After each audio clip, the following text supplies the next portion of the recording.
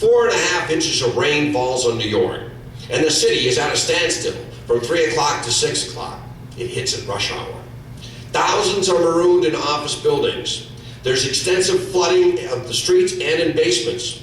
And at 8:45 that night, a power failure at Consolidated Edison left all of the Bronx and parts of Manhattan in darkness. The only death was a hitchhiker who abandoned the stalled car of the Samaritan that gave him a ride, said, "That's it." And as soon as he got out of the car, he was carried away by the current. At Fort Schuyler Road and Throg's Neck, they had 9-foot waters by 7:30 p.m. And that brings us to our storm's first heroes. They are J. Gilbert Finning, age 40, and William Billy McGrath, age 30. Well, while they were evacuating Fort Schuyler Road in New York City, Finning slipped and fell while he was pushing an elderly woman in the boat. Well, Billy McGrath went after him and they both perished. McGrath posthumously was awarded the Carnegie Hero Fund Commission's Bronze Medal for his actions. Hurricane has a lot of nicknames. One was the Long Island Express. And again, I call your attention to Long Island, the vulnerability to the Atlantic.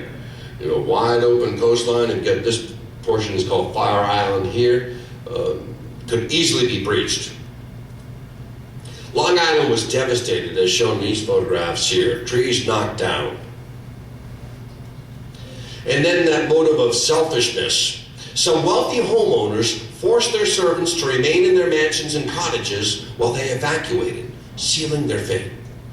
One account had a family and friends packed into a car that drove off with their servants watching in ankle-deep rising water on their driveway.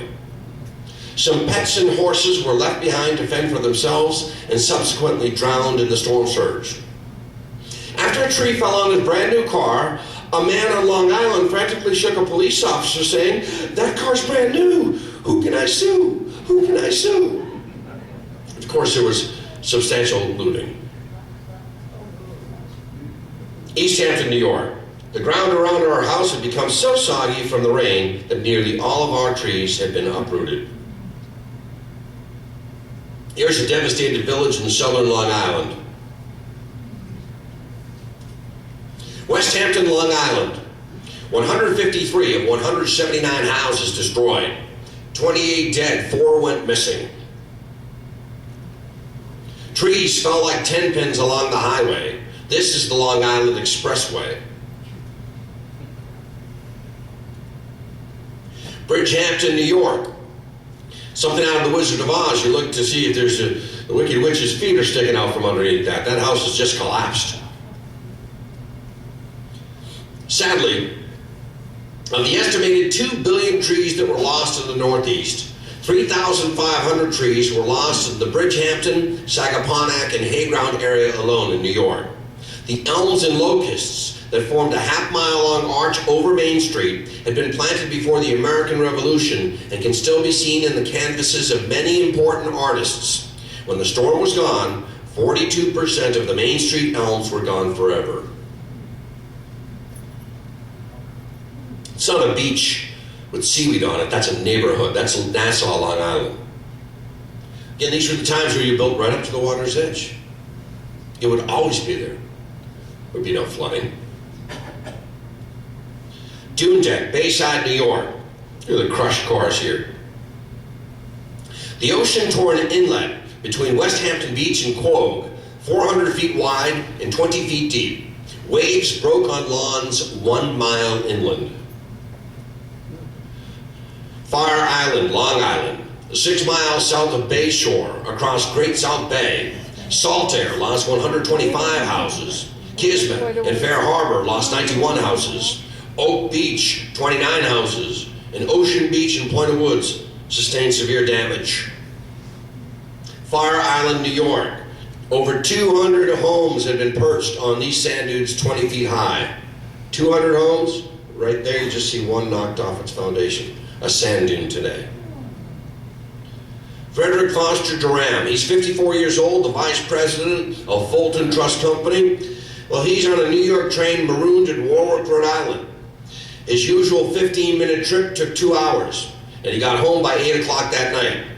As he was washing up as his wife fixed dinner, he dropped dead from exhaustion and exposure.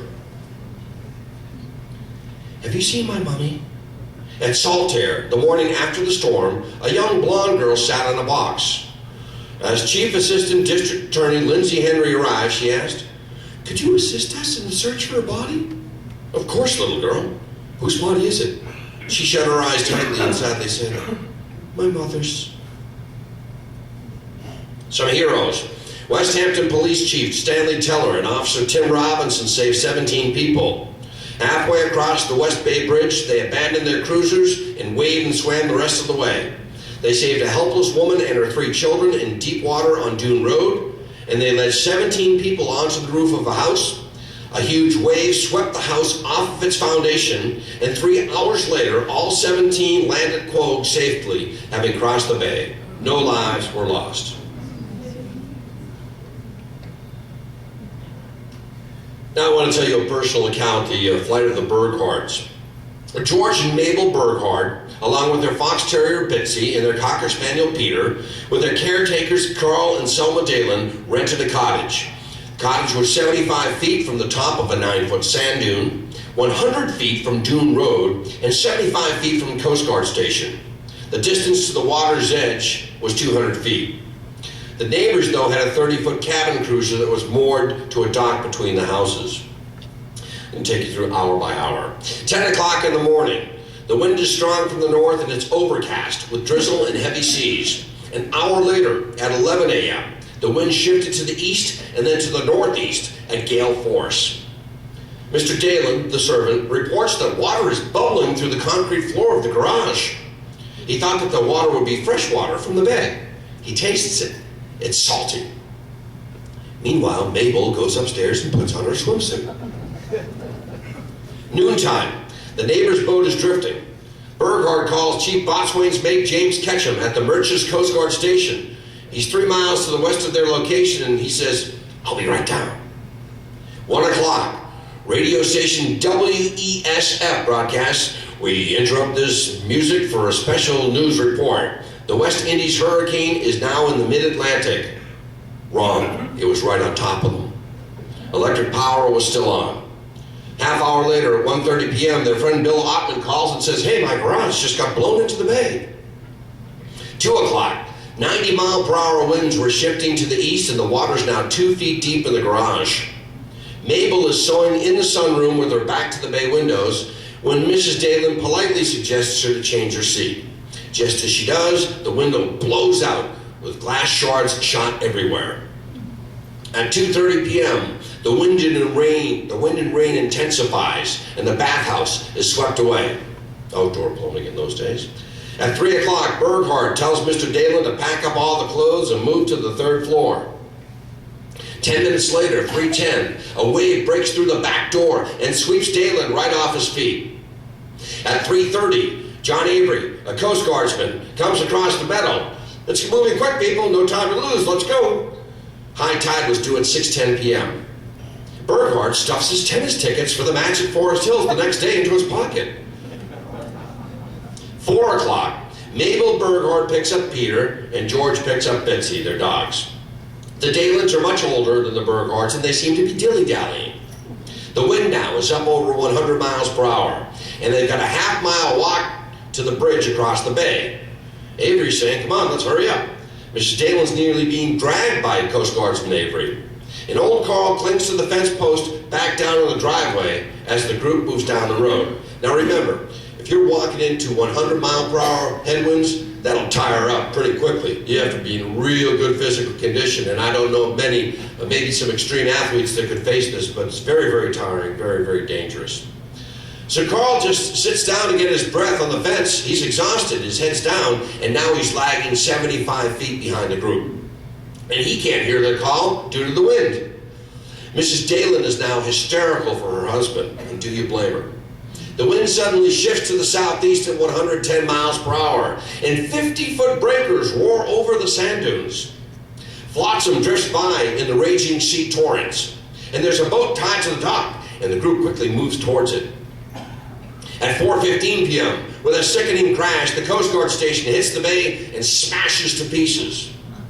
Just then, the line snaps, and the boat, which was their only salvation, is dragged out to sea.